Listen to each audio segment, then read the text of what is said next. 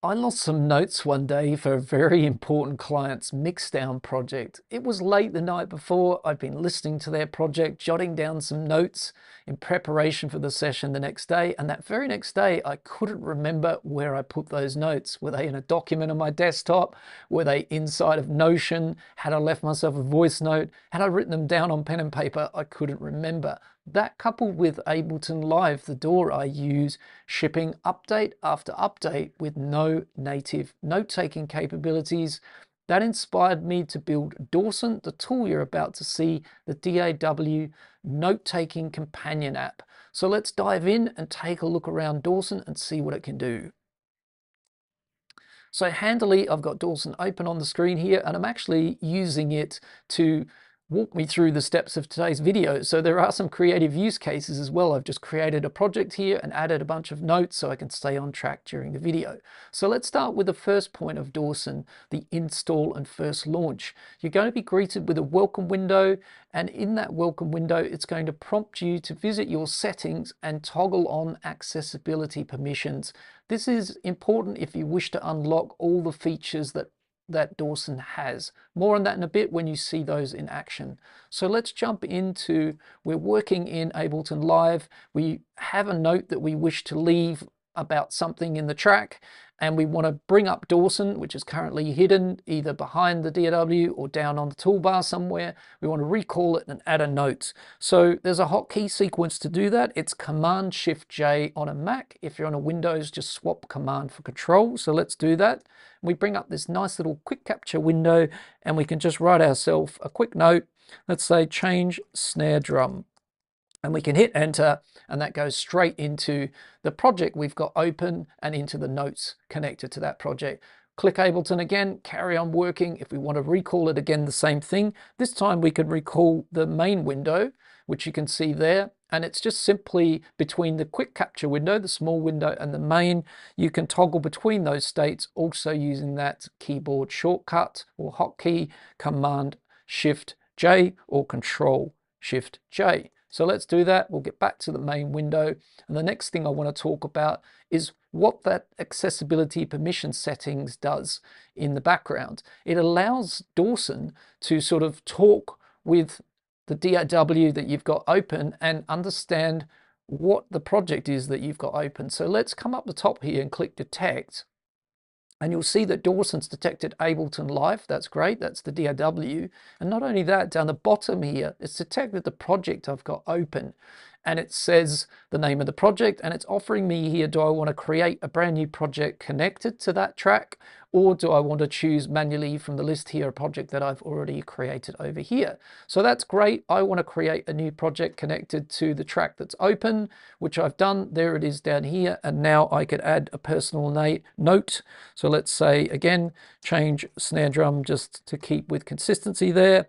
Hit return, and that now is connected to the track in the background, and everything you saw before I can carry on working and keeping Dawson in the background or keeping it in the foreground, depending on what you're doing. So that's the accessibility permissions and DAW detection. The next thing I want to touch on is note organization and search. First, I'm going to show you a little brief look at that. And then later, at the very end, so stick around to the end, I'm going to give you some tips on how to optimize the search capabilities of Dawson. So let's look at a project which has got quite a few notes in it. And you'll see also that each note that you leave has a date and a timestamp connected to it. So let's say we go up to the very top of Dawson here and we do a global search of the notes. And I'm going to use something like a date. So I'm going to say, what was I doing on the 18th? And if I put the 18 here, you can see that I've got three projects that have something to do with the date of the 18th. And that's helping me filter across all the projects. Let's go for something specific to the project I've got open, which might have a lot more notes than it even does that we can see on the page. And let's say we've got mix that we're looking for. And again, I can use mix and that will pull up everything connected and associated with that word. So let's come back over to here now, and I just want to point out that I've added a few features here that are very similar to DAWs. So if you want to rename projects, you can double click. You can also use Command R for renaming things, and you can also use Command Z to undo if you make a mistake, and you can use Command Shift Z to redo something if you wish to recall something that you removed by accident. The next thing I want to talk about is Markdown URLs, exporting and share. So we have URLs, they can be part of the notes here. Feel free to add URLs. You can also add emojis for a little bit of fun, and you can turn those URLs into markdowns. So if we look at another project, you can see over at music demo here and turn that URL into a markdown. We'll investigate what that does in a moment. We'll take a look at that. That's part of my tips at the end.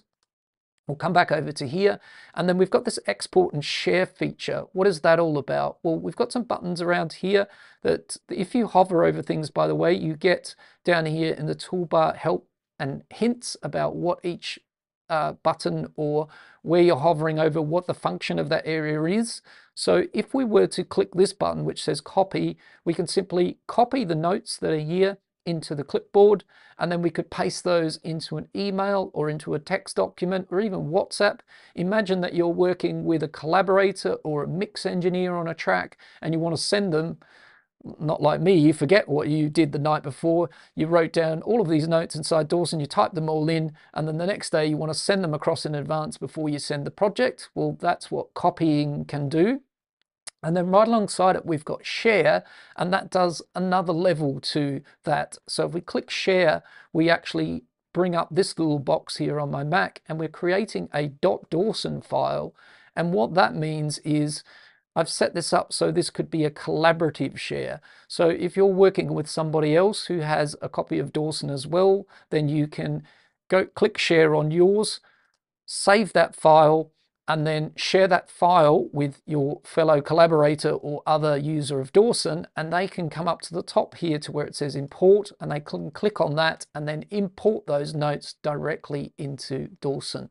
So there's a lot of collaborative or collaborator power built into this. The next thing I want to talk about is switching themes. So we'll pop up to the settings cog over here, and if we click on that, we've got a dark and a light theme. And we've also got accent colors. So we go for the blue here, and we've got font size slider below it as well. All of these settings, when you change them, they apply instantly. Okay, so let's pop back over here. The next thing I want to talk about then is those bonus tips and tricks. So something I've been working with a little bit as I've gone along, improving my note taking, is I've been adding prefixes in the front. So instead of carpet ride being and all the notes being across all the different versions, I've now started putting V1 in front of the note. So that means I can use those powerful filters to group everything down to the V1 of that project and see what I need or was doing on that particular version. We can also add something like bar counts or time across the timeline. So you could add bar 33 here, and then, you know, what should we say, filter the kick drum. So, you know, by adding those prefixes in the front, they can really help you use the filters. Also adding done or to do if you're working through something like that. Let's say you're doing a mix down and you want to add in front what you've already done and filter. So you come back the next day and say what is to do and what has been done, and you can check your way through that. So that's some tips and tricks there. The one that I also wanted to show you then is how I've been using the URLs. So there are creative applications, like you could drop a URL here to splice and perhaps some samples or a sample pack. You could drop a URL here to a YouTube video that you wanted to try and recreate the bass line or a certain sound in that track. So there's a lot of creative ideas here. I'm using URLs in particular for a workflow that I really like, which is I bounce my tracks to audio a lot throughout the process of working on them. And I want to listen to those very often before I even open Ableton. So by putting them, so what I'm doing is I'm bouncing them to audio, putting them in a SoundCloud playlist, a private playlist called demos, and then I can open up Dawson, click on this link, and it will take me straight to that playlist. And then I could go into that playlist and start listening back to that bounce and make some thoughts about it before I even open Ableton Live, including not only make some thoughts, but actually make some notes for it as well. So finally, I'm going to come back up here and we're going to wrap things up for today. Where do you get yourself a copy of Dawson? That's an important question. Well, I've got handily a URL here, which I'm going to click. That's going to take us straight to my Gumroad store, and there you're going to find Dawson, Intel Mac version. Well, the package that you purchase for 15 euros, it contains the Intel Mac, the Silicon Mac version, and the Windows version, along with a README PDF file. And this, by the way, is V1. I'm already working towards a V2 with some exciting developments. A little teaser will be, the plan is to have the notes connected to Dawson to actually trigger when you play through an actual track. They'll trigger along the timeline and remind you, that's the note for that actual bar, and that's that actual point in the track and project. So apart from that, the links to grab yourself a copy of Dawson will also be down below in the description. I hope you've enjoyed this little tutorial. Grab yourself a copy of Dawson. Let me know how you get on with it. Enjoy it. Drop a comment below if you've got any suggestions for features you'd like to see in the V2, or suggestions or workflows. That would be much appreciated. Take care, everybody. Keep on creating, and I'll catch you all very, very soon. Take care.